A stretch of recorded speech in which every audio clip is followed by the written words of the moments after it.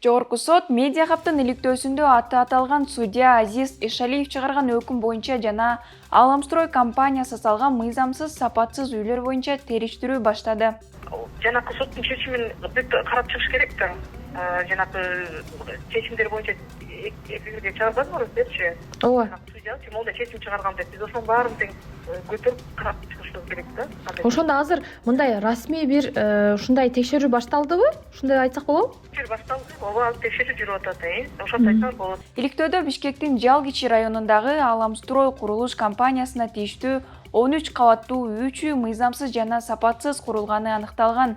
Жер ээлери менен Аламстрой соттошуп, административдик соттун судьясы Азиз Ишалиев чечимди Аламстройдун пайдасына чыгарып берген. Андан кийин судья Ишалиев менен Аламстройдун ээси Меризбек Иманалиев, анын юристи Руслан Курумшиевдин аларча соода комплексиндеги кафеде жолукканы видеодо көрсөтүлгөн. Бул жолугушуу судьянын Аламстройдун пайдасына чечип берген соттук отурумдан кийинки датага туш келген. Судья Ишалиев жолугушуудан кийин дагы бир жолу Аламстройдун пайдасына чечим чыгарган. Судьянын соттошкон тараптар менен сот залынан тыш жерде жолугушуусу сот адилеттигине шек жаратат. Ал эми 12 апрелде Жогорку кеңештин жыйынында башкы прокурор Курманкул Зулушев мыйзамсыз курулуш жүргүзгөн компаниялардын атын атады. Алар мына KG групп боюнча 2 кылмыш сотко жиберилди. Оргтекстрой боюнча 12 иш өндүрүштөн кыскартылып, 2 кылмыш өндүрүштөн токтотулган 5 боюнча учурда тергөө аракеттери жүргүзүлүп жатат. Феркострой боюнча 18 иш өндүрүштөн кыскартылган. Тогар деген 1 кылмыш боюнча тергелип атат. ТС сервис строй бул боюнча да 5 кылмыш козголгон. Ар кандай негиздер менен токтоп турат, бүгүн тергөө сулантылууда. ТС Group Development деген 2 кылмыш козголуп, тергөөнүн жыйынтыгы менен кыскартылды. Квартал строй.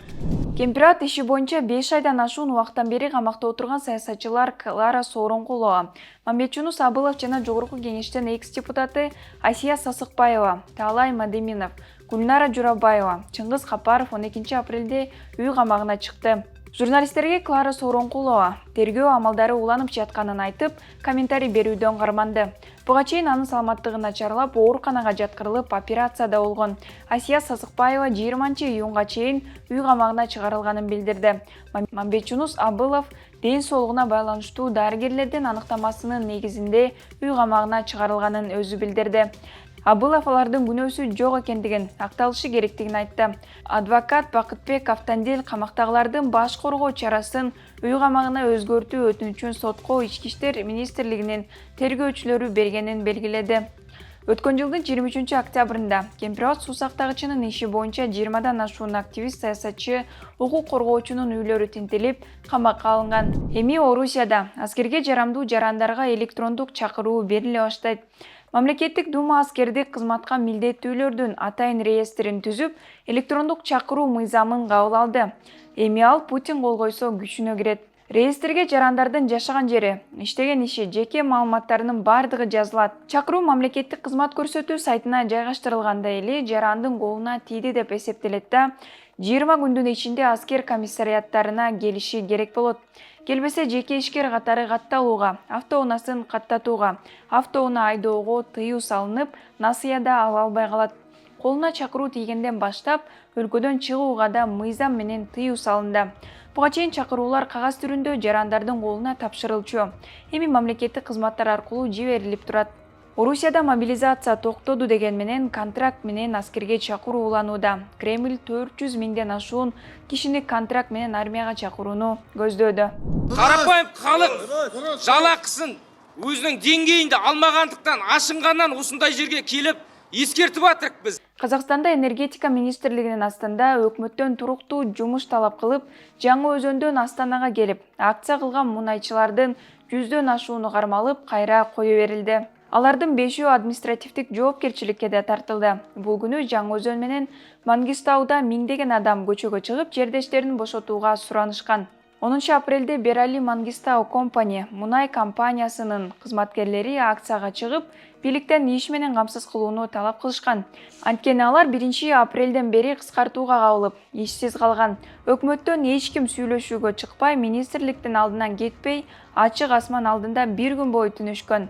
Андан кийин аларды атайын спецназ кармап кеткен. Казакстандын энергетика министри Алмасадам Саткалиев мунайчыларга башка компанияда жумуш сунуш кылынганын айтты. Мунайчылар ал жерде акча аз төлөнөрүн, келишимдер убактылуу гана экенин айтып жатышат. Учурда мунайчылардын ишин кароо үчүн Казмунайгаз атайын комиссия түздү. 11 апрелде Армения менен Азербайжандын куралдуу күчтөрүнүн ортосундагы Сюник районундагы Тейх айылына жакын жерде болгон кагылышуудан 7 адам набыт болду. Жоготууларды эки өлкөнүн коргоо министрликтери билдирди. Армениянын 4, Азербайжандын 3 жоокери курман болду. Армениянын армиясынын дагы 6 адам жарадар болду. Бул кагылышуу үчүн эки тарап бири-бирин айыптады. Армян тараптын маалыматында алардын аскерлери инженердик иштерди жүргүзүп жатканда, Азербайжан тарап аларды аткылаганда, алар жооп кайтарган. 30 жылдан ашуун убактан бери эки өлкө Тоол Карабакты талашып, согушуп келет. 2020 жылы куралдуу жаңжалда эки тараптан 6000ден ашуун адам набыт болгон. Былтыр сентябрдагы кагылышууда эки тараптан 300дөй аскер окко чыккан. Казакстан Азербайжан аркылуу Европага мунай экспорттоонун көлөмүн көбөйтөт. Бул тууралуу Казак президенти Касым-Жомарт Токаев менен Азербайжан президенти Илхам Алиевдин жолугушуусунда айтылды. 2023 Казакстан алгачкы ирет Азербайжан аркылуу 7 тоннадай чийки мунай экспорттогон. Экспорт Каспий деңизиндеги коридор аркылуу Азербайжан, Грузия жана кийин Турция аркылуу Украинага, андан ары Европага жетет. Бул коридор Орусияны айланып өтөт. Буга чейин Казакстанда мунай экспортунун негизги жолу Каспий Куур консорциуму болгон.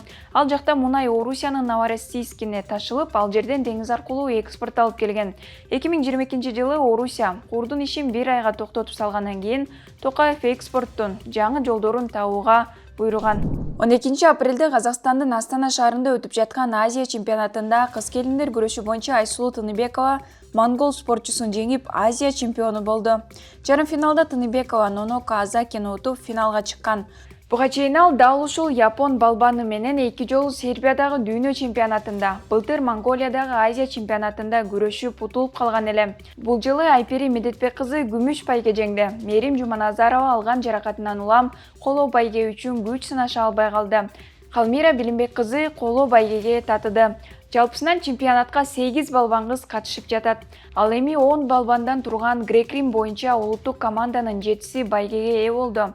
Акжол Махмудов, Жоломан Шаршенбеков, Акылбек Талантбеков алтын медаль тагынса, Үзүр Жусупбеков күмүш байгеге ээ болду.